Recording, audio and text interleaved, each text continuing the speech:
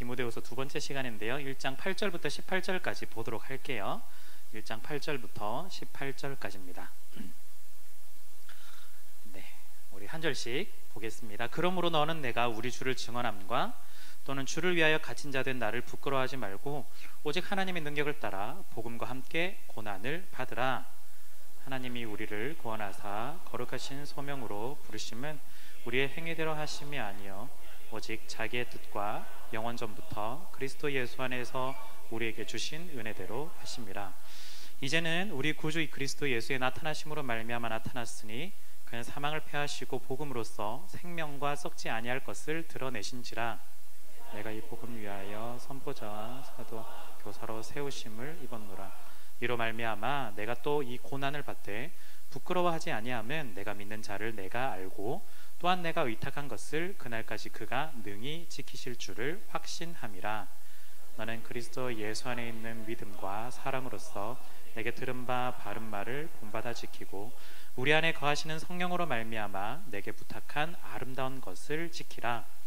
아시아에 있는 모든 사람들이 나를 버린 이 일을 내가 아나니 그 중에는 부겔로와 허모게네도 있느니라.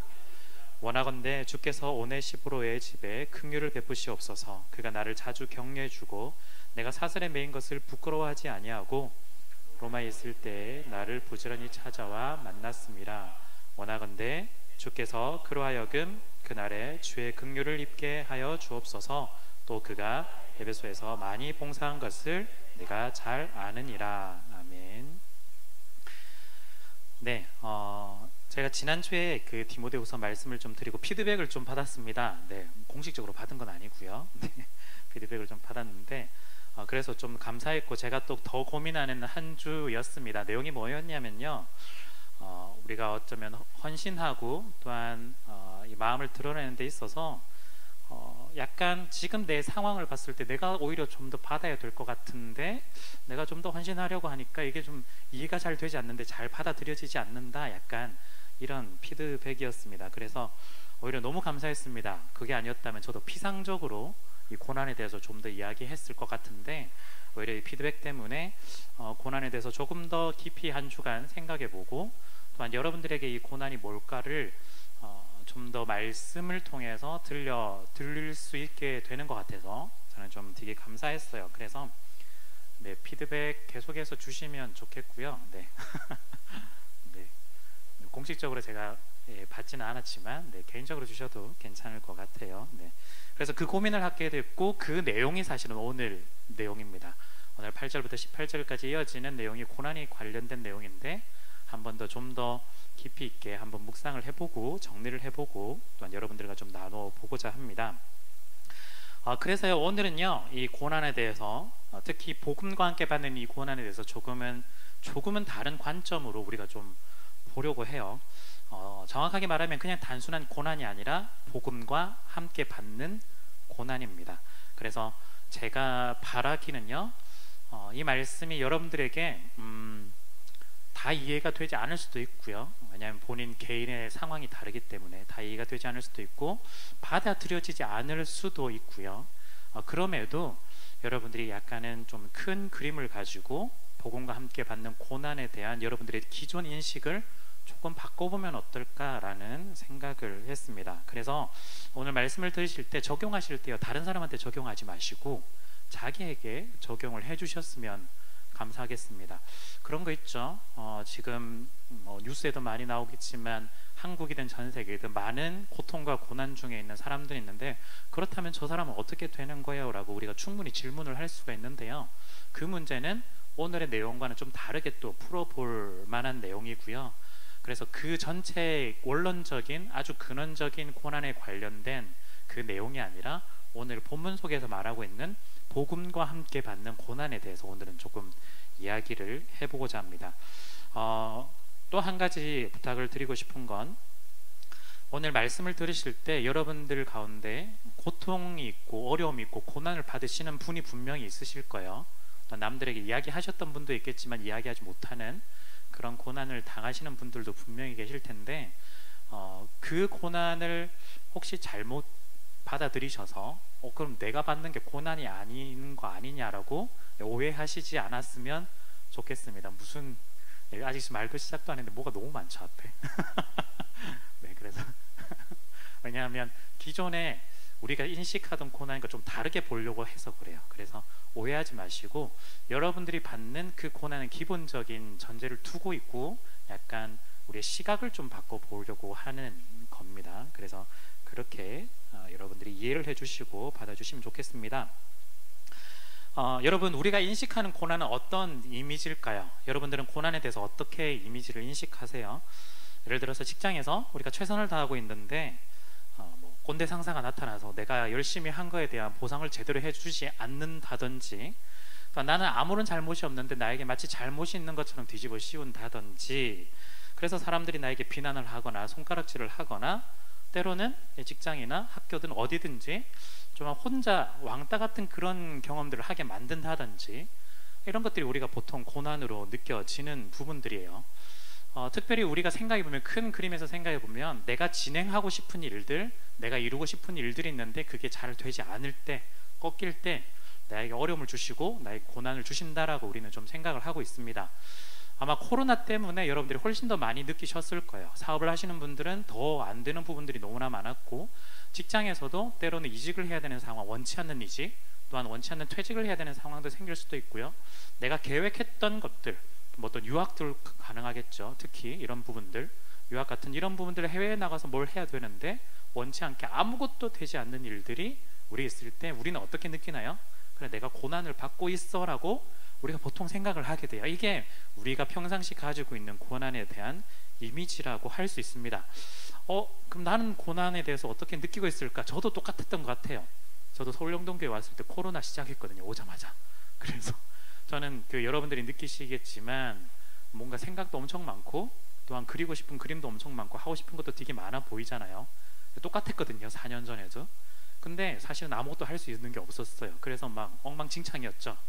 그래서 근데 그때는 이게 고난이다라고 사실은 느끼지는 잘 못했지만, 생각해 보면 나에게 주어진 어려움이다라고 또 생각했던 것 같아요. 저도 마찬가지였습니다. 그래서 여러분들이나 저나 사실은 고난에 대한 이미지는 거의 비슷합니다.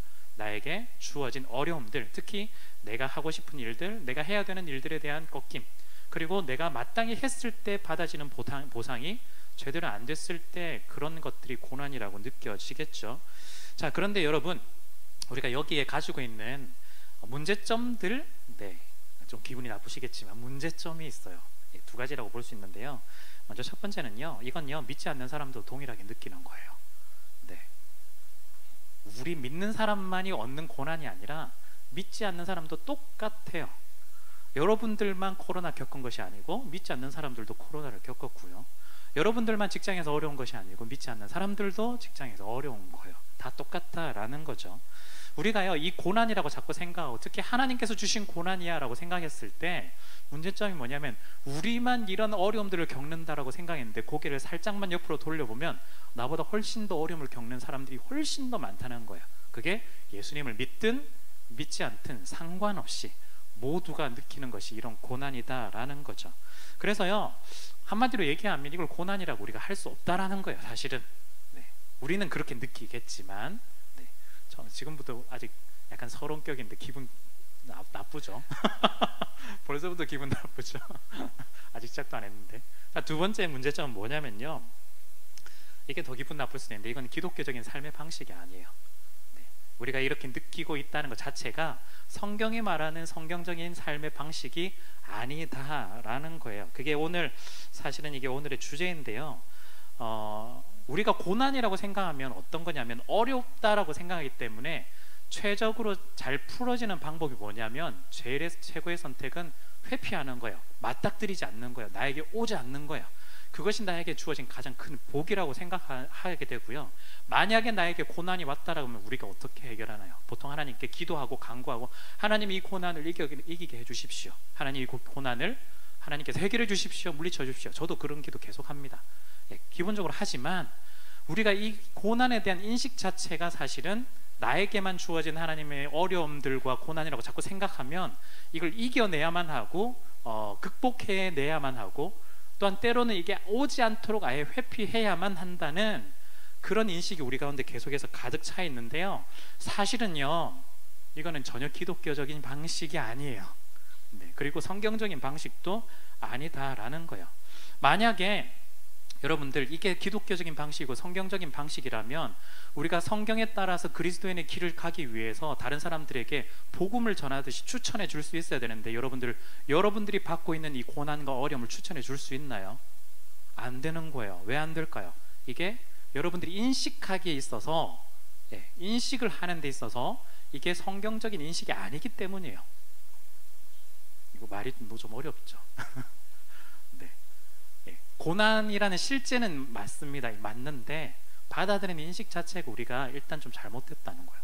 성경은요, 이 고난을 받아들이고 소화하고 또한 우리 가운데 내재해서 살아가기를 원하는데, 우리는 이 고난을 어떻게든 받지 않고 만약에 받더라도 이겨내고 물리치고 승리해서, 굉장히 멋있는 말이잖아요. 저도 계속해서 그렇게 해왔어요.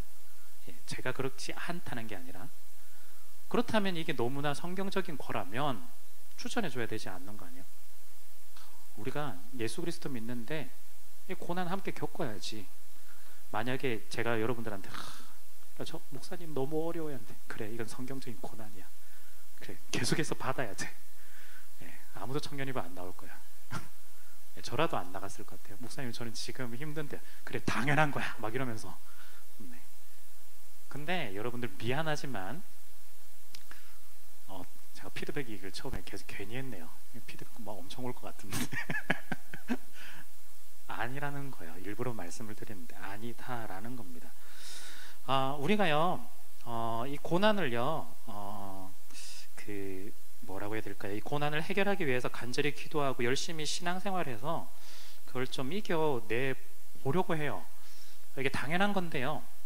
근데 조금 잘 생각해 보시면 어떤 우리의 태도가 있냐면, 이 고난을 이겨내야만 우리가 좀 신앙이 성숙한다라고 무조건 생각만 하는 것 같아요. 물론 분명히 성장합니다. 그런데 어떤 식으로 우리가 좀 반응을 하냐면, 우리가 이렇게 이해를 하는 거예요. 나에게 왜 이런 고난이 왔을까라고 생각해 보면, 그래, 내가 하나님을 잘 선택하지 못하고 잘 믿지 않아서 하나님께서 이렇게 시련을 주시는구나. 그래서 내가 하나님을 선택하기 위해서 더 열심히 기도하고 더 열심히 말씀 보고 더 열심히 큐티하고 더 해야 되겠구나. 물론 그런 태도적인 면에서 너무 좋죠. 그런데 여러분들 그렇게 했는데 고난이 사라지지 않을 때 여러분들 어떻게 반응하실까요? 그래, 하나님께서 나에게 이런 시련을 주셨어. 왜냐하면 하나님을 더 잘 믿기 위해서, 믿음을 더 성장하기 위해서, 더 단단하기 위해서 나에게 주셨어. 그래서 내가 더 하나님을 알아가기 위해서 기도하고 말씀 보고 묵상하고 더 열심히 예배드리고 최선을 다해서 살아가는데 고난이 해결되지 않아요. 여러분들 어떻게 하실까요? 제가 너무 꼬아서 계속 얘기하죠. 네. 물론 우리가 고난이 왔을 때 기도하고 말씀 보고 또는 하나님을 더 찾기 위해 노력하는 건 맞지만, 제가 말씀드리는 건 절반만 맞고 절반은 맞지 않다라는 걸 좀 이야기를 해야 돼요. 제가 앞서 첫 번째 문제점에서 말씀드렸던 것처럼 이게 이 고난이라는 게 우리 믿는 사람만 주어지는 게 아니고, 이런 우리에게 우리가 생각하는 이 어려움들은 우리에게만 주어지는 것이 아니라 믿지 않는 사람에게도 주어지는 거거든요. 그 말은 여기도 대입해 봐도 돼요. 우리가 어려움이 겪었을 때, 그래, 하나님을 더 찾기 위해서 말씀 보고 기도하고 열심히 묵상하고 하면 하나님께서 해결해 주시겠지. 세상 사람들 다 똑같아요. 나에게 어려움이 있을 때, 그래, 내가 실력을 더 쌓아야 되겠어, 내가 더 인맥을 더 쌓아야 되겠어, 내가 더 독하게 해야 되겠어, 오늘 4시간만 자고 계속해서 내 삶을 이어나가야 되겠어, 내가 2잡 3잡 해가지고 계속해서 결국엔 성공해서 내가 이 고난을 물리치고 이겨내고 승리해야 되겠어 라고 생각하는 거예요. 사실 별 차이가 없다라는 거야. 사실 똑같다라는 걸 이야기를 하고 있는 겁니다. 사실은요, 여러분, 기독교적인 삶의 방식은요 뭐냐면요, 이게 아니고요, 방금 말씀드렸던 건 우리가 이 고난에 대한 이해와 태도는요 사실은 세상의 방식과 거의 유사하다라고 말씀을 드릴 수가 있어요. 그래서 우리가 교회에서 신앙생활을 하는 걸 보면요, 내가 진정으로 하나님을 알아가는 기쁨들, 내 상황과 환경 상관없이 하나님을 알아가는 기쁨, 하나님을 찬양하는 기쁨, 하나님을 노래하는 기쁨을 위해서 우리가 그 신앙에 우리가 깊숙이 들어가는 것이 아니라 내 문제를 해결하기 위해서 신앙을 가지는 경우가 훨씬 더 많다라는 거예요. 물론 기본적인 내재가 있죠. 그런데 그것만 있어요, 우리에게. 저도 마찬가지입니다. 나에게 주어진 문제를 해결하기 위해서 예수님께 기도하고 나에게 주어진 이 어려움들을 타개하기 위해서 말씀을 보고 있고, 결국에는 그 목적이에요. 타개하고 해결하고 이겨내고. 근데 그걸 목적을 이루고 나면 그 다음 단계는 뭐죠? 안 하는 거예요. 사실은 없어요. 여러분들 그렇지 않나요? 사실 솔직하게 여러분들 경험이 그렇잖아요. 어려울 때 하나님께 기도하잖아요. 안 하는 것보다 훨씬 더 좋아요. 무조건 해야 돼요. 그렇지만 하고 나서 이게 목적이었기 때문에 이걸 하고 나면 안 하는 거예요. 할 이유가 없는 거예요. 그런데 우리가 진정으로 우리의 목적이 하나님을 정말 알아가는 기쁨들이 너무나 많고 하나님께 주신 이 말씀들이 너무나 행복하고 그렇다면 상황과 환경에 사실은 관계가 없다라는 거죠. 내가 어렵든 행복하든 편하든 슬프든 기쁘든 상관없이 하나님을 알아가는 기쁨들, 말씀 보고 기도하고 그 관계 속에서 들어가는 것들을 더 집중해서 나가려고 하는데, 사실은 우리가 우리의 따로 떼어진 목적, 그 중에 하나인 고난, 어려움, 이런 것들을 해결하기 위해서 여기에만 집중하다 보니 이건 그냥 수단일 뿐이다라는 거죠. 죄송해요. 너무 여러분들 몰아쳐서 그렇습니다. 더 죄송한 말씀을 드린다면, 저 오늘은 좀 그렇나요? 네. 평상시 태도가 너무 달라가지고 네. 괜찮지만 피드백도 해주시면 되겠죠. 네. 제가 이 이야기가 만약에 조금이라도 이해가 되신다면 이게 뭐가 잘못된 거지라고 생각하실 수도 있어요. 네.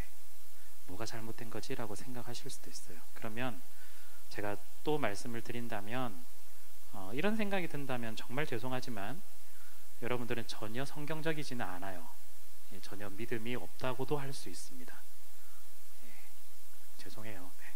네. 네. 이거 너무 진지하게 얘기하면 너무 여러분들 상처받을까봐. 네. 교회 생활하는 거랑요, 예배 나오는 거랑, 그리고 또 종교적인 행위를 하는 거랑, 우리가 그리스도인의 삶의 방식으로 살아가는 거랑은 또 별개예요. 물론 그것이 하나가 되는 것이 제일 중요하겠죠. 네. 그런데 우리가 별개인 경우가 훨씬 더 많습니다. 조금 더 솔직해졌으면 좋겠다는 거예요. 저도 마찬가지입니다. 저도 똑같아요. 저 성경 잘 읽을 것 같죠? 공동체 성경 읽기 빼고는 제대로 읽지도 않아요. 네. 그러니까 그 읽어보려고 굉장히 열심히 하는 거예요. 10시에. 네. 똑같습니다. 우리가요, 종교적인 행위를 했다고 해서 우리가 만족함을 얻는 그 수준에서 머무르기 시작하면요, 여러분들이 고난이 왔을 때 고난을 해결하기 위해서 예수를 사용할 뿐, 어려움을 해결하기 위해서 하나님을 사용할 뿐, 실제 그 하나님과의 깊은 관계 속에 예수 그리스도가 내 안에 들어오는 그 기쁨을 맛볼 수가 없다라는 거예요. 그게 이게 왜 문제지라고, 이게 뭐가 잘못됐지라고 생각한다면 사실은 그 삶의 방식을 살아본 경험이 없다라고 좀 말씀을 드리고 있다라는 거죠. 여러분, 우리가요, 저는 좀 그래도 좀 여러분들이 더 기도하실 수 있고 말씀을 읽으시기 위해서 여러 가지 방식으로 좀 말을 하는데, 그런 기도 있잖아요. 기도를 할 때 저는 하나님 나라 의를 위해서 기도하고 싶어요 라고 하지만, 사실은 제가 제 욕심과 욕망에 따라서 구하는 것만 기도하고 있어요 라고 할 때 저는 대부분 이렇게 대답해요. 그게 당연한가요? 왜냐하면 우리가 하나님 아버지와 우리 자녀와의 관계라서 5살, 7살 당연히 하나님께 구하는 거야 라고 제가 여러분들한테 그렇게 말씀을 거의 다 드려요. 그렇게 기도하라고 말씀을 드려요. 그리고 덧붙여서 말씀을 드리면, 거기서 조금 더 성숙해졌으면 좋겠어 라고 이제 조금 더 이야기를 하는 거죠. 물론 우리가 하나님께 계속해서 간구하고 기도해요. 하나님은 그걸 좋아하거든요. 자기 아이가 아무런 말도 안 하는데 원하는 게 있는데 아무런 말도 안 하고 있으면 부모님 답답해요. 물론 부모님이 뭘 원하는지 다 알고 있지만, 그걸 줄 수 있지만 그래도 한마디 듣는 거 되게 좋아하시거든요. 하나님 똑같아요. 우리도 계속해서 그런 간구를 해야 돼요. 그렇지만 우리가 계속해서 거기 머무는 것이 아니라 사춘기가 지나고 성인이 되고 하면서, 그래 엄마 아빠가, 난 지금까지 엄마 아빠한테 용돈 계속 달라고 그러고 뭐 이것만 사달라고 했는데 이제는 그래 엄마 아빠가 이런 걸 되게 좋아했던 것 같아 하면서 지나가면서 그게 기억이 나서 사서 선물로 드리기도 하고, 그게 사실은 우리가 조금 더 성숙해지는 거거든요. 기도가 똑같아요. 기도가 그렇게 조금 더 성숙해지는 단계로 가야 되는데, 우리가 만약에 10년, 20년 계속해서 신앙생활을 하고 있고 종교생활을 하고 있는데 여전히 5살의 기도, 7살의 기도로만 머무르고 있다면 흔히 말하는 우리가 요구할 때만 기도하는, 계속해서 기도하는 그 기도가 사실은 기도가 아니고 거의 미신일 가능성이 굉장히 높다라는 거예요. 미신일 가능성이 굉장히 높습니다. 뭐가 잘못된 거지? 거기서 여러분들이 좀 넘어서야 한다라는 거예요. 우리 기독교의 마인드는요, 여러분들이 계속해서 이 사회에서, 세상에서 대접을 받고 대우를 받고 또한 내가 가지고 있는 것들을 인정만 받으면서 살아가는 것이 기독교의 방식이 아니라, 대접이 아니라 섬기고 헌신하고 봉사하고 사랑하고 오늘 주제처럼 고난을 받는 것이 기독교의 삶의 방식입니다. 여러분들 그 직책이 올라가기 시작하면요, 직책을 수행하기 위한 합당한 대우가 있어요. 굉장히 예를 들어서 뭐 행정 쪽에서도, 나라에서도 뭐 차관, 장관급이 되면 당연히 그 수행을 하기 위한 뭐 차가 나온다든지 뭐 이런 것들 있잖아요. 수행 비서가 나온다든지. 회사에서도 마찬가지죠. 거기에 맞는 급에 따라서 어느 정도의 지원비가 나온다든지 그런 것들이 다 나오게 되어 있어요. 당연한 그런 일들을 하기 위한 건데, 우리가요 거기에 어느 정도 익숙해지고 나중에 시간이 지나면 어떤 태도가 나오냐면, 사람들이 당연히 자기는 그런 대접을 받아야 된다라고 착각을 하기 시작합니다. 우리도 약간 그런 게 있어요. 우리도 그런 게 있어요. 내가 누군지 아냐라고 소리치는 경우들이 있다는 거예요. 교회 다니는 사람도 똑같아요. 왜냐? 기독교적인 삶의 방식으로 살아가지 않았기 때문에, 성경적으로 살아간 적이 없기 때문에 그렇게 이야기를 하는 거예요. 여러분 좀 다른 이야기 해보면요, 이게 뭐 똑같은 이야기는 아니고 또 100% 적용될 만한 이야기는 아니겠지만, 제가 이 부분을 준비하면서 갑자기 무슨 생각이 들었냐면, 여러분들 결혼을 할 때 교회에서 결혼하면요, 그 청첩장을 돌리게 되는데요, 그 돌리는 사람 입장에서는 되게 애매하거든요. 아, 이걸 누굴 줘야 되지? 이게 다 줘야 될 것 같고 또 안 줘야, 참 애매해요. 그런데 받는 사람은 모두가 다 기다리고 있어. 나에게 주겠지. 근데 그렇다고 해가지고 예를 들어 수백 장씩 들고 와가지고 만나는 사람마다 막, 받는 사람도 되게 가볍다고 느낄 거고 주는 사람도 굉장히 가볍다고 느낄 거예요. 물론 이제 프라이빗하게 굉장히 가족급의 아니면 소수의 초대받은 사람만 하는 그런 게 아니라, 만약에 결혼식이 오픈되어 있는 누구나 와서 축복을 할 수 있다면, 저는 개인적인 생각이에요. 이건 여러분들 뭐 알아서 하시면 좋게 개인적인 생각인데, 청첩장 안 돌렸으면 좋겠습니다. 교회에서는 그냥 광고하고, 아 그래 축하하는 겁니다.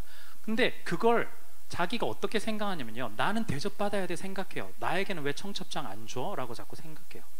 그게 아니라 내 마음에 진심으로 축하할 마음이 있으면 가면 되는 거예요. 근데 청첩장 주면 가고 안 주면 안 가. 약간 뭐죠 이거? 네, 저만 그렇게 생각은 아니겠죠. 네. 나만 그런가? 네.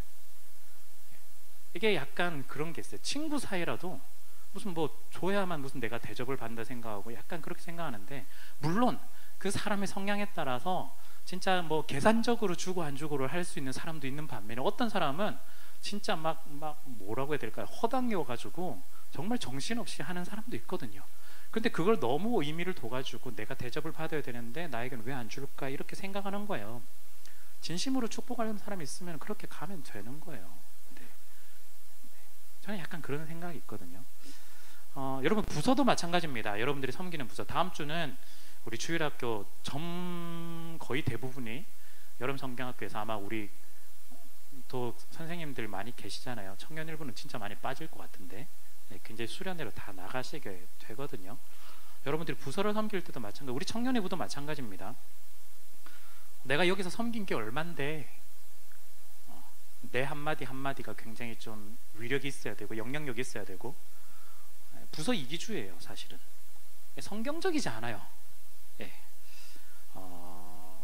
제가 여기 원고에 뭐라고 적어놨냐면, 네, 부서에서도 마찬가지다. 내가 여기서 섬긴 게 얼만데 이것만큼 더러운 근성이 없다. 제가 여기다 적어 이렇게 죠. 네. 정말 더러운 근성이에요. 네. 네. 이거 다른 사람한테 적용하시면 안 돼요. 자기에게 적용을 하셔야 돼요. 네. 여러분들은 아직까지 그런 우리 연차가 그렇지 않지만 청년이부도 마찬가지입니다. 우리 부서 최고, 우리 부서는 이런 대접을 받으면 우리 청년들 있잖아요. 물론 청년들이 교회에서 중요한 대접을 받고 또한 대우를 받고 또한 중요한 위치에서 교회가 잘 섬겨서 우리가 또한 교회도 잘 섬겨야 되지만 두 가지 마음이 있어요. 교회가 청년들을 귀하게 여기는 마음도 있어야 되지만 여러분들이 거기에 도취되시면 안 돼요. 왜 우리 교회 청년들한테 왜 이렇게 대우해줘? 이렇게 하시면 안 된다는 거예요. 오히려 여러분들이 이런 상황이 생긴다면 우리가 어떻게 교회를 좀 더 섬겨 나갈 수 있을까? 우리가 어떻게 교회에 대한 더 마음을 둘 수 있을까? 교회에 상처받지 않고 함께 이런 마음을 가지고 섬길 수 있을까? 이렇게 바꿔야지 왜 우리 청년들한테 교회가 이런 식으로 대해? 물론 우리 교회는 그런 스타일은 아닌 건 아시잖아요. 그렇지만 혹시나 여러분들이 그런 마음을 가지신다면 비성경적인 거예요. 네. 전혀 성경적이지 않다라는 말이야. 잘못된 생각이고 틀린 생각이고 반드시 바꿔야 되는 생각입니다. 청년이부도 마찬가지고 부서도 마찬가지고 여러분들이 여건에 따라서 환경 가운데 만약에 자리를 내어줄 수 있다면 충분히 내어주고 또한 우리가 또한 옮겨서 해도 돼요. 이렇게 나올 수 있어야 돼요. 진짜 안 되는 상황이라면 우리가 함께 의논하고 해가면서 문제를 풀어나가야 되지 우리 청년들 너무 무시하는 거 제가 사실은 그 얘기 진짜 많이 하거든요. 여러분들 없을 때 다른 교육자들한테 우리 너무 무시하는 거 아니냐고 저는 막 그런 얘기 하는데 그렇게 하시면 안 돼요. 우리 고난에 대해서요 우리가 방금 제가 여러 가지 좀 인식을 이야기했는데 여러 가지 몇 가지 관점을 가지고 우리가 좀 봤지만 이런 관점은 세상의 관점입니다. 성경적인 관점이 아니고 우리에게 말하고 있는 그리스도의 관점이 아니다라는 거죠. 그렇다면 오늘 주제인데요 우리는 이게 고난에 대해서 어떻게 인식을 해야 되느냐. 사실은 결론부터 말씀을 드리면 여러분들에게 소식지에 적어놓은 내용 그대로입니다. 그리스도인의 삶의 방식 자체가 고난입니다. 고난이 뭐냐? 그냥 단지 삶이 어려운 거 이게 고난이 아니라는 거예요. 고난은요 그리스도인의 삶의 방식 자체가 고난이어야 한다라는 거예요. 그래서 오늘 바울이 디모데에게 뭐라고 말하냐면 8절에 보니까 이렇게 이야기하는데요 그러므로 너는 내가 우리 주를 증언함과 또는 주를 위하여 갇힌 자 된 나를 부끄러워하지 말고 오직 하나님의 능력을 따라 복음과 함께 고난을 받으라. 그래서 처음에 제가 말씀드렸던 거예요. 만약에 우리가 인식하고 있는 이 고난이 인식하고 있는 고난이 성경적인 고난이 아니라면 다른 사람한테 절대 추천을 하지 않는 거예요.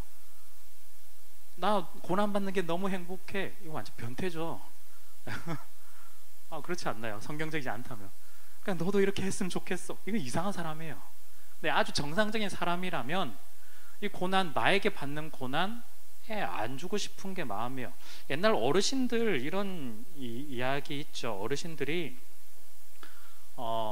우리 예전 부모님 세대 때는 내가 받는 그 어려움들이 자식 세대한테 물려주기 싫다라고 굉장히 열심히 사셨던 우리 어른 세대들이 있었거든요. 마찬가지예요.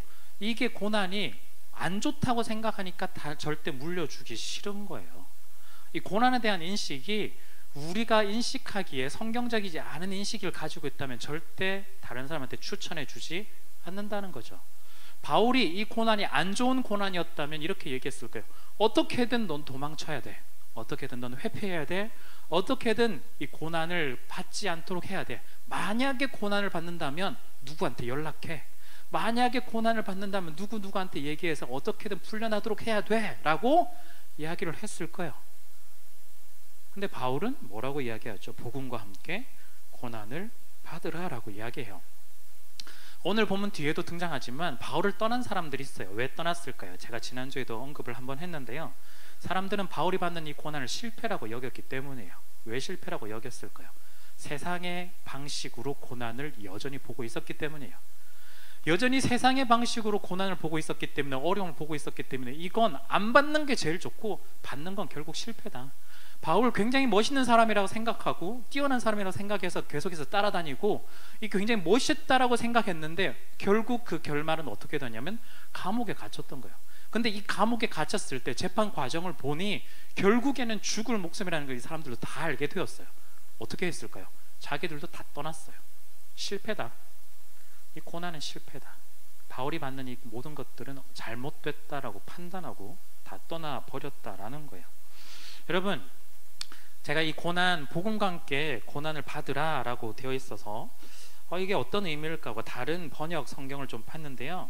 여러분들 아마 성경책에 NIV나 이렇게 되어 있을 때 NIV는요, join with me 이렇게 되어 있어요. join with me in suffering for the gospel 이렇게 되어 있어요. 그리고 ESV에는요, share in suffering for the gospel 이렇게 되어 있어요. 앞에 거만 좀 떼어보면요, join with me, 그냥 복음과 함께 고난을 받아라고 말은 했지만 사실은 바울은 자기가 받는 이 고난, 자기와 함께 받자라고 지금 초청하고 있는 거예요. 지금 share, 나누고 싶은 거예요. 약간 미친 사람 같죠? 네, 바울 지금 그래요. 내가 이 받는 고난인데 너한테도 지금 나눠주고 싶어. 약간 미친 사람 같아요. 이게 무슨 뜻일까요? 우리가 안 좋게 생각하면요, 이게 복음과 함께 고난을 받으라고 하는데 너 혼자 잘 먹고 잘 살아야 되겠어? 네, 나랑 같이 받아야지. 약간 이런, 내가 고생하는데 같이 고생해야지. 약간 이런 뉘앙스일까요? 예, 그렇지 않겠죠. 바울은 지금 이 인식 자체가요, 고난에 대한 인식 자체가 세상의 방식의 고난, 세상의 방식의 어려움의 인식으로 지금 받아들이고 있지 않기 때문이다라는 거예요. 감옥에 갇히는 것이 고난이다라고 사람들은 다 말했지만 바울은 그렇게 생각하지 않았다라는 거예요.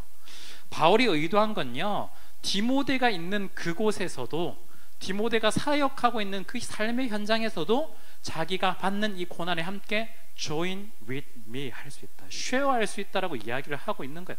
꼭 감옥에 들어오지 않더라도 내가 받는 이 복음과 함께 받는 이 고난이 너에게도 함께 있으면서 그곳 가운데 너도 함께 누릴 수 있게 된다라고 지금 이야기를 하고 있는 거예요. 이게 무슨 말일까? 바울이 받는 이 지금 이 고난은요, 지금 어려움을 말하는 그 실체를 말하는 것이 아니라 그리스도인의 삶의 방식으로서의 지금 고난을 이야기를 하고 있는 거예요. 그리스도인의 삶의 방식으로서의 고난을 말하고 있다라는 거예요. 감옥에 갇히는 것, 핍박받는 것 고난일까? 그렇지 않다라는 거예요. 그냥 복음적인 삶을 사는 그 자체가 지금 고난이다라고 이야기를 하는 겁니다. 세상 사람들이 볼 때는 고난이라고 이야기를 하겠죠. 세상 사람들이 볼 때는 이게 어려움이라고 분명히 이야기를 하겠죠.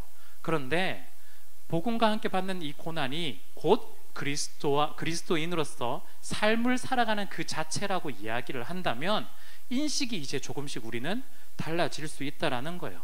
이게요, 단지 억울한 일이 아닐 수도 있다라는 거예요. 난 이 복음과 함께 하는 것이, 하나님의 이 복음을 통해서 내가 살아가는 것이 너무나 행복하다. 그래서 어려움을 겪는다면 그것도 나는 기쁜 일이고, 어려움을 겪지 않고 오히려 복음이 더 잘 전해지는 것도 나는 기쁜 일이다 라고 지금 바울이 이야기를 한다라는 거예요.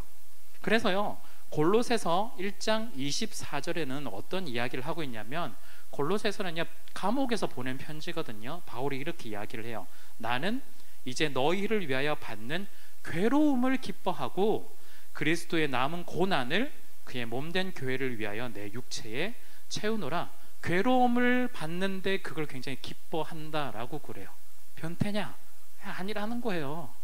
지금 이 복음 때문에 내가 삶의 방식으로 인해서 결국에는 자기에게 주어진 것이 고난이라 할지라도 나는 너무 기쁘다라는 거예요. 왜냐하면 나는 지금 복음으로 살아가고 있기 때문에, 그리스도인으로서 내가 살아가고 있기 때문에 그 반응이 지금 나에게 왔다라는 것 때문에 지금 기쁜 거예요. 여러분, 이 고난이라고 할 때 그 고난이 실제 오는 어려움으로만 여러분들이 생각하지 말라는 거예요. 때로는 복음과 함께 걸어가다 보면, 그리스도인의 삶의 방식으로 걸어가다 보면 우리가 지향하는, 세상에서 말하고 있는 굉장히 편안한 인생을 살다가 죽을 수도 있어요. 그러면서도 복음을 전할 수도 있어요. 그것도 기쁜 것이고, 또한 우리가 그리스도의 삶의 방식으로 살아가다 보면 때로는 어려움도 있고 때로는 힘든 점도 있는데, 그것도 우리에게 기쁘다라고 우리가 말할 수가 있는 거죠. 그렇다면 나에게 좀 더 이걸 좀 더 어떻게 적용을 좀 더 할 수 있을까? 이게 복음과 함께 받는 이 고난, 그리스도의 삶의 방식이란 건요, 세상의 길을 그대로 따라가면서 걷는, 얻어지는 것이 아니라 세상의 길과는 완전히 다른 길을 가기 때문에 얻어지는 고난이라고 이야기를 할 수가 있어요. 여러분들, 우리가 이렇게 자꾸 생각하는 거예요. 세상과 동일한 길을 계속해서 걸어간다 생각하는 거예요. 세상과 동일한 길을 걸어가다 보니 나는 예수도 믿고 교회도 다니고 열심히 하고 있는데 저 사람이 훨씬 더 앞서가는 거야. 왜 저 사람이 훨씬 더 앞서가야 돼요? 나에게 왜 이런 하나님께서 복을 주시지 않나요? 나는 왜 이렇게 어려운 일들만 있나요? 나는 오히려 더 열심히 예수 믿고 더 열심히 기도하고 열심히 말씀도 더 하나님이 더 누구보다 더 사랑하는데 나는 왜 이렇게 어렵나요? 우리가 세상과 자꾸 그 길을 걸어가면서 자꾸 그 사람과 비교하기 때문이에요. 그렇기 때문에 우리가 다른 것들로 자꾸 극복해 보려고 하는 거예요. 더 열심히 기도하면 해결되겠지, 더 열심히 말씀 보면 해결되겠지. 물론 해결될 수도 있겠죠. 그 뒤에는 어떻게 할까요? 아까 말했듯이 해결되고 나면 안 해요. 우리의 삶의 모습이 그렇거든요. 그런데 중요한 건요, 지금 여러분들에게 제가 말씀드리는 건 그리스도인의 삶의 방식이라는 게 어떤 거냐면 세상 사람들하고 똑같이 살아가는데 예수 잘 믿는 거, 이게 말하는 것이 아니라 세상 사람들과 완전히 다른 길을 걷는 것이 그리스도인의 삶의 방식이다라는 거야. 그래서 예수님께서 말씀하시죠. 넓은 길이 아니라 좁은 길을 가라. 세상 사람들이 원하는 방식이 아니거든요. 좁은 길을 가라. 거기에 생명이 있다라고 이야기를 계속해서 예수님 하거든요. 우리가 지금 이 땅 가운데 분명히 세상 사람과 똑같은 직장을 다니고 있고 똑같은 삶을 살아가고 있고 똑같은 음식을 먹고 똑같은 말을 하고 똑같은 미디어 매체들을 보고 우리가 살아가는 가고 있겠지만, 우리가 그 속에서도 걸어가야 되는 지향점, 그 속에서도 우리가 바라보는 목표점, 그 속에서도 걸어가는 길은 다른 길을 가야 된다라는 거예요. 왜 자꾸 세상 사람들하고 우리는 비교하면서 여러분들은 스스로 고난에 빠져들게 만드냐고요. 세상들 가만히 있는데도, 여기는 뭐 비난을 했겠죠. 비난뿐만 아니라 가만히 있는데도 우리가 스스로 인스타 들어가서 스스로 비교해가면서 왜 나는 안 될까? 하나님 저에게 은혜를 베풀어 주세요. 왜 엉뚱하게 해결을 하냐고요. 길 자체가 우리는 완전히 다르다라는 겁니다. 우리 완전히 삶의 방식이 다르다라는 거야. 히브리서 11장에 가면요, 믿음 장이라고 하는데 그 선조들의 믿음을 이렇게 풀어서 설명을 하고 있어요. 그 중에 24절 25절에 가니까 모세 이야기가 잠깐 등장하는데요, 한번 읽어드리면요, 믿음으로 모세는 장성하여 바로의 공주의 아들이라 칭함받기를 거절하고 도리어 하나님의 백성과 함께 고난받기를 잠시 죄악의 낙을 누리는 것보다 더 좋아하고, 이렇게 모세를 대해서 이렇게 평을 하고 있어요. 모세는요, 자신의 정체성 알았어요. 자기가 어떤 길을 가야 하는지 알았다라는 거예요. 자기는 공주의 아들, 즉 파라오 앞으로 될 수 있는 가능성이 있었어요. 네, 파라오가 될 수 있었어요. 그런데 그럴 줄 알았지만 그럼에도 불구하고 그 길을 갔던 것이 아니라 하나님 나라의 백성의 길을 걷는 길을 선택했다는 거예요. 생 고생을 했어요. 이런 말 해도 되죠. 개고생했어요, 완전. 네. 모세 개고생했어요. 그렇다고 모세가 가나안 땅 들어갔나요? 못 들어갔어요. 네. 생 개고생하고 하나님께 욕먹고 결국엔 가나안 못 들어가고, 그럼에도 불구하고 모세는 이 길을 선택해서 갔다는 거예요. 여러분들, 우리에게 여러분들 이 말씀을 한번 대입해 보죠. 모세의 자리에 여러분들 이름을 대입해 보시죠. 그리고 뭐 공주의 아들 이런 거 생각하지 마시고, 지금 당장이면은 딱 눈에 잘 보여가지고 정말 바로바로 이제 승진을 할 수 있고 좋은 자리에 갈 수 있는데 안 하겠습니다. 미친 소리죠. 네. 근데 여러분들 그런 선택을 하실 수 있나요? 네. 어쩌면 때로는 우리가 좀 더 하나님이 선택할 수 있고 좀 깨우치기 쉽게 하기 위해서 그 길을 걸어가는 것이 우리의 눈에 보기에 조금이나마 불법처럼 보이기도 하고 조금이나마 조금 이상한 길처럼 보이려고 할 때, 그래도 여러분들이 그 선택을 할 수 있게 하나님이 만들어 주신다면 여러분 어떤 선택을 하시겠어요? 그럼에도 불구하고 난 여기서 결국에는 성공을 할 거예요. 성공해서 나중에 하나님 잘 섬기면 되지 라고 생각하실 수 있나요?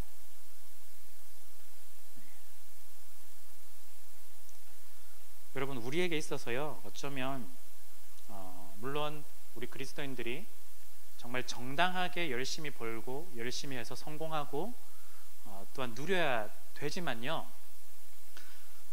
성경에서 말하고 있는 이 세상과 다른 걸음을 간다면 여러분들이 단지 세상에서 말하고 있는 이 세상 방식의 성공과 편안함이 우리에게 보여진다면 부끄럽게 여겨야 정상이에요.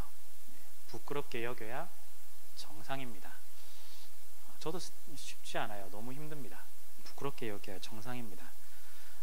만약에 우리가 있는 그 자리에서 좀 편안해진다, 내가 좀 대접받는 게 좀 좋다, 앞으로 대접을 계속 이렇게 받고 싶다, 그런 마음이 여겨진다면 이미 우리의 마음 가운데 세상의 방식으로 길들여져 가고 있는 거고요. 여러분, 저는 좀 과감하게 말씀드리면 여러분들 떠날 때가 되신 거예요. 거기서 직장이든 여러분들이 처해 있는 어떤 상황이든, 예, 그렇다고 갑자기 막 이직하시고 그러시면 안 돼요. 네, 지금도 저 당황하게 하지 마시고. 어떤 의미인지 아시겠죠? 제가 이전에 있던 교회 담임 목사님께서는요, 정년보다 5년 일찍 은퇴를 하셨어요. 그리고 그분이 그때 은퇴를 하시기 전에 결정한 게 어떤 이유였냐면, 참 뭐 어떻게 보면 자기 스스로 이렇게 말씀을 하셨는데요, 나이가 조금씩 들고 나니까 사고하는 거나 생각하는 거나 굉장히 빠르지 않더라 라고 그렇게 말씀을 하셨어요. 그래서 그래서 빨리 그만둬야 되겠다라고 판단을 하셨습니다. 그러니까 자기의 생각, 결정이 교회를 위해서 결정하는 데 있어서 혹시나 교회를 위한 결정이 아니라 자기의 사사로운 결정이 될까봐 그런 결정들을 하지 않기 위해서 일찍 은퇴를 하셨어요. 그리고 좀 겸손하게 말씀하셨는데요, 우리 교회도 교회가 운영되는 교회법이 있거든요. 교회법에서는 20년 이상 하면은 이제 원로 목사님 보통 이렇게 해주는데, 다 거절하시고, 네, 거절하시고 합당한 대우 받을 수 있는데 모두가 거절하시고, 그냥 자기 나이에 맞는 사역을 하기 위해서 다 물리치시고 그냥 멀리 가셨어요. 네. 근데 오히려 이후에 존경받는다는 게 이런 거구나 느낀 게, 결국에는 더 많은 곳에서 초청을 하더라고요. 말씀을 듣기 위해서. 최근에 또 다른 목사님께서는요, 다 우리 교단인데요, 정년보다 좀 더 빨리 은퇴하시고 뭐 하셨냐면 가나안 농군 학교 가서, 네, 몸으로 섬기시기 위해서 그냥 가셨어요. 사실은 은퇴하고 나면 여러분들도 그런 생각 있잖아요. 우리 가운데 여러분들 혹시 파이어 족 없나요? 빨리 벌고 빨리 은퇴해서 좀 누려야 되겠다. 너무 좋죠. 제가 그걸 비난하는 것이 아니라, 우리의 사람들의 기본적인 욕구 자체가 굉장히 많이 벌고 빨리 벌어가지고 좀 더 노후에는 훨씬 더 편안하고 행복하게 몸 편안하게 사는 것이 우리의 목표거든요. 그런데 제가 그냥 단순한 그냥 목사님의 예를 들었겠지만, 목사님뿐만 아니라 여러분들 가운데서도 또한 우리의 신앙의 선배들도 많겠지만, 이런 분들이 편안함을 다 물리치시고 선택해서 가시는 분들이 굉장히 많다라는 거예요. 어쩌면 모든 것이 그것만이 정답이다라고 제가 다 말씀을 드릴 수는 없지만, 그렇게 해야만 한다라고 여러분들이 강요할 수도 없겠지만, 그런 본보기와 롤모델들이 있다는 것. 그래서 우리가 한번 결정할 때 그분들도 이렇게 결정하셨구나라는 걸 우리가 기억한다면, 여러분들이 어떤 삶을 살아야 될지를 한 번 더 고민해 볼 수 있지 않을까 싶어서 말씀을 드리는 거예요. 우리 교회에서도, 저도 사정은 잘 알지는 못하지만, 한 장로님께서 느지막하게 거의 마지막에 굉장히 열심히 공부하셔서 가까스로 의대를 졸업하시고 돈 잘 벌어야지가 아니라 말라위로 가셔가지고 의료 선교를 하시려고 가셨거든요. 충분히 잘 먹고 잘 사실 수 있어요, 편안하게. 그런데 이분이 보시기에도 삶의 방식이, 그리스도인의 삶의 방식은 단순히 그냥 편안한 것으로 끝나는 것이 아니라 다른 사람들과 함께하고 다른 사람들의 마음을 헤아리고 세워나가며 섬기고 봉사하는 것이 그리스도인의 삶에 주어진 것이고, 그게 은퇴까지만 이루어지는 일이 아니라 그 은퇴랑 상관없이 계속해서 해야 된다는 걸 잘 알고 계셨기 때문입니다. 여러분, 다시 한번 말씀드리지만, 힘들어서 고난이 아니고 어려워서 고난이 아니에요. 우리가 고난이라고 계속해서 느껴왔던 건 세상의 방식이었기 때문입니다. 우리가 그리스도인의 방식, 삶의 방식, 성경적인 삶의 방식으로 우리가 살아간다면 편안한 일도 분명히 있겠죠. 그렇지만 어려운 일이 생겼을 때 이것이 단순히 고난이 아니라 내 삶의 방식, 즉 세상의 길이 아니라 하나님이 원하시는 그 길을 걸어가기 때문에 당연히 주어지는 것이라는 걸 여러분들이 기쁘게 받으셨으면 좋겠습니다. 그래서요, 여러분들이 직장에서 혹시 대접을 좀 받지 못한다 할지라도 그걸 그냥 하나님 내가 예수 잘 믿으니까 고난을 주시면 이렇게 인식하지 마시고 그냥 당연하게 여기시면서요, 또 그곳 가운데 하나님께서 어떤 은혜를 주실까, 어떤 방법으로 또한 이것들을 풀어나가실까를 오히려 하나님을 더 바라볼 수 있는 여러분들이 되셨으면 좋겠습니다. 세상의 길을 가면서 겪는 어려움들, 우리가 어렵다고 느껴지겠지만 하나님과 동행하고 하나님과 함께 가는 길이라면 또한 넉넉하게 갈 수 있지 않을까 싶어요. 그래서 제가 이렇게 말씀을 드렸지만, 그래서 처음에 제가 말씀드렸던 게 다른 사람에게 적용하지 말고 개인적으로 적용하고, 또한 나의 고난에 있어서도 제가 그걸 너무 무시하지 않는다라고 일부러 말씀드린 게 이 이유입니다. 오늘 조금 길긴 했지만 마지막으로 한 가지만 더 말씀을 드리고 좀 마무리를 하려고 하는데요. 마지막으로 한 가지는 바울이 어떻게 이런 삶의 방식을 지켜나갈 수 있을까? 굉장히 위대하고 믿음이 너무 좋아서 그럴까? 저는 그렇지 않다고 봐요. 오늘 12절 본문인데요, 이걸 제가 세 번역으로 한 번만 읽어드릴게요.